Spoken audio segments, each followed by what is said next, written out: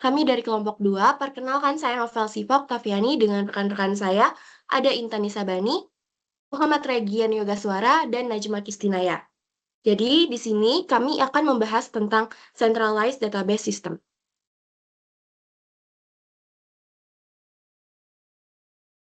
Apa itu Centralized Database System? Nah, Centralized Database System adalah sebuah sistem basis data di mana semua data disimpan dan dikelola di satu lokasi atau unit pusat, seperti server utama.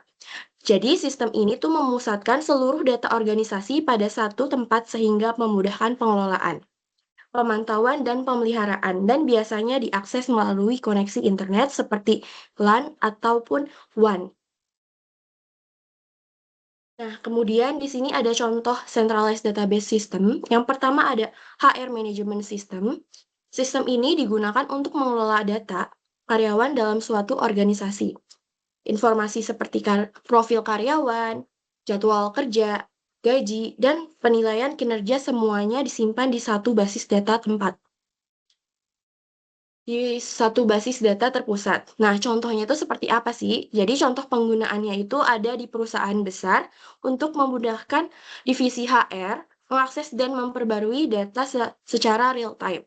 Lalu contoh yang kedua ada CPU desktop server. Nah, dalam sistem ini, sebuah komputer server atau desktop digunakan sebagai pusat penyimpanan dan pemrosesan data. Semua pengguna akan terhubung ke server tersebut untuk mengakses data yang diperlukan. Dan yang terakhir, ada komputer mainframe. Nah, komputer ini berkapasitas besar yang dirancang untuk menangani volume data yang sangat besar secara terpusat. Biasanya digunakan oleh organisasi besar seperti bank ataupun lembaga pemerintah untuk memproses data secara cepat dan efisien. Selanjutnya akan dilanjutkan oleh rekan saya yaitu Intan Nisabani. Baik, jadi di sini ada contoh arsitektur untuk centralized database system. Nah, arsitektur pada gambar ini menunjukkan desain sistem jaringan terpusat yang menghubungkan berbagai lokasi atau remote sites melalui jaringan WAN atau Wide Area Network dengan pusat data atau headquarters sebagai titik utamanya. Nah, ada tiga komponen utama. Yang pertama adalah headquarters atau kantor pusatnya.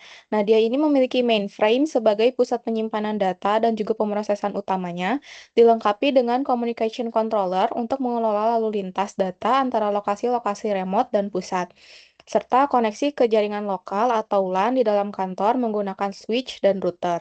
Lalu komponen utama yang kedua itu adalah remote sites 1, 2, dan 3. Nah, lokasi-lokasi terpencil ini atau remote sites terhubung ke kantor pusat melalui jaringan WAN atau internet. Setiap lokasi ini memiliki perangkat seperti router untuk menghubungkan lokasi ke jaringan WAN, switch untuk mengelola koneksi lokal antara komputer di dalam lokasi tersebut, dan desktop PC sebagai perangkat pengguna yang mengakses data di kantor pusat. Lalu komponen utama yang terakhir adalah internet atau WAN, bertindak sebagai penghubung antara kantor pusat dan lokasi-lokasi remote. Juga jaringan ini memungkinkan komunikasi data antara semua perangkat di dalam sistem. Nah, proses kerjanya ini sendiri, yang pertama itu ada sentralisasi datanya. Nah, semua data ini disimpan di mainframe di kantor pusat. Lalu, data diproses di kantor pusat dan didistribusikan ke lokasi remote berdasarkan permintaannya. Lalu yang kedua itu ada akses jarak jauhnya. Nah, akses jarak jauh ini, dia, di mana pengguna di lokasi remote mengakses data atau aplikasi melalui koneksi WAN, juga permintaan data dari remote sites ini diteruskan ke mainframe melalui router dan WAN. Dan yang terakhir itu pengelolaan jaringan lokalnya. Dari setiap lokasi, switch ini berfungsi untuk menghubungkan perangkat-perangkat lokal, PC atau PC desktop untuk komunikasi internalnya. Boleh di next. Nah, selanjutnya ada kelebihan dari centralized database system. Yang pertama itu adalah integritas data maksimal. Nah, semua data di ini disimpan di dalam satu lokasi, sehingga lebih mudah untuk memastikan data tetap akurat, konsisten, dan terkoordinasi dengan baik. Lalu yang kedua itu redundansi datanya minimal. Karena semua data terkumpul di satu tempat, risiko duplikasi data ini dapat diminimalkan sehingga tidak ada data yang tersebar, sehingga sinkronisasi tidak menjadi masalah. Lalu yang ketiga itu keamanan yang lebih tinggi. Dengan lokasi tunggal, langkah-langkah keamanan seperti enkripsi juga kontrol akses lebih mudah diterapkan. Nah, sehingga resiko pelanggaran keamanan ini dapat diminimalkan. Lalu selanjutnya ada kemudahan portabilitas data. Nah, data yang disimpan di satu tempat lebih mudah dipindahkan atau diakses, misalnya untuk keperluan migrasi sistem atau pemulihan data.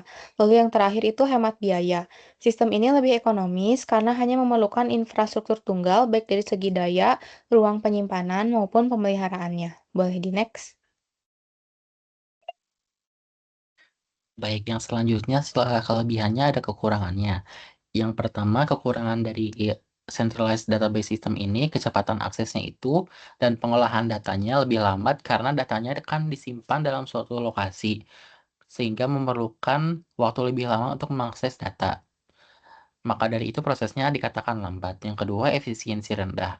Jika banyak pengguna mengakses server secara bersamaan dalam waktu yang sama, dapat menurunkan kecepatan pemrosesan server. Hal ini dapat memengaruhi efisiensi sistem secara keseluruhannya. Kemudian yang ketiga ada kehilangan data. Jika ada kegagalan sistem atau datanya hilang, maka datanya itu tidak dapat dipulihkan lagi.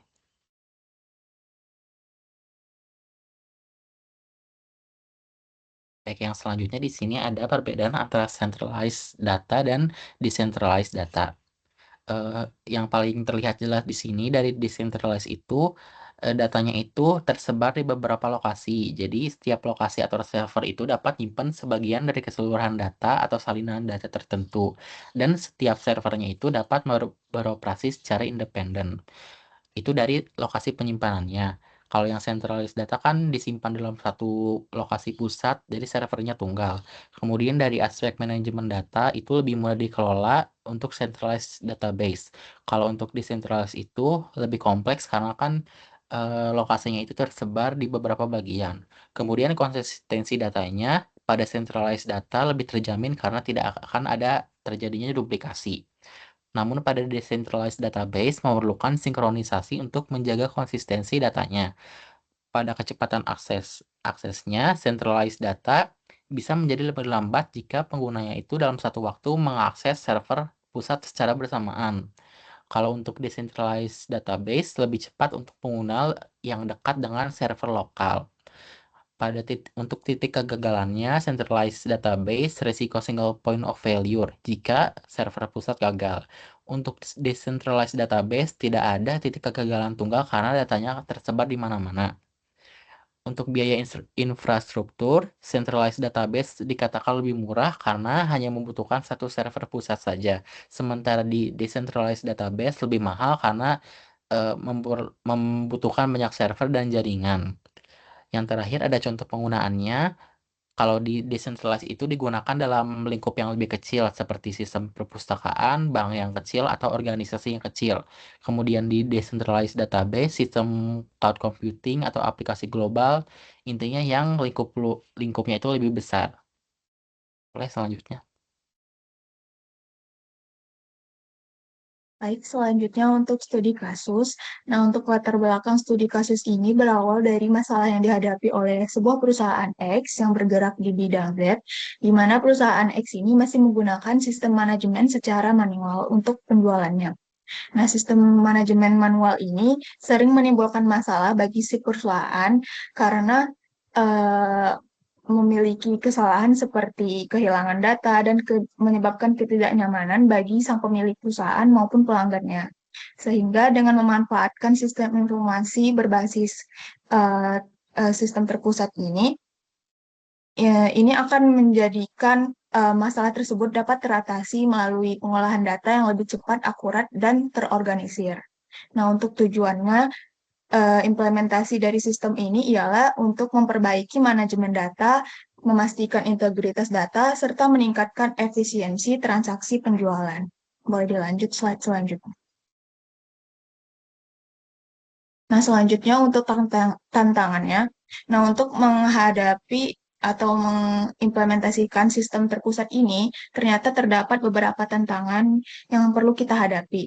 Nah, tantangan ini dapat meliputi kebutuhan akan keamanan data yang ketat, ketergantungan pada server tunggal, serta potensi risiko kehilangan data akibat serangan cyber ataupun kesalahan manusia. Sehingga hasil akhirnya pada sistem ini itu akan berhasil meningkatkan efisiensi pengelolaan data, memastikan transaksi berjalan dengan aman dan konsisten, serta memudahkan pembuatan laporan penjualan yang dapat diakses oleh manajer perusahaan tersebut. Boleh dilanjut. Nah, dari studi kasus tersebut, dapat kita simpulkan bahwa penerapan database menggunakan sistem terpusat pada perusahaan X tersebut telah terbukti mengatasi masalah manajemen data yang sebelumnya dilakukan secara manual. Sehingga dengan adanya peningkatan efisiensi dan integritas data, maka sistem ini akan meminimalkan kesalahan atau kehilangan data pada perusahaan tersebut. Berikut merupakan referensi yang kelompok kami gunakan dalam presentasi ini.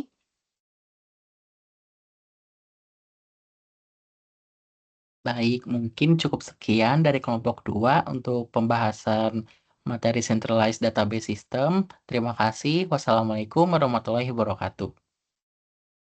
Waalaikumsalam.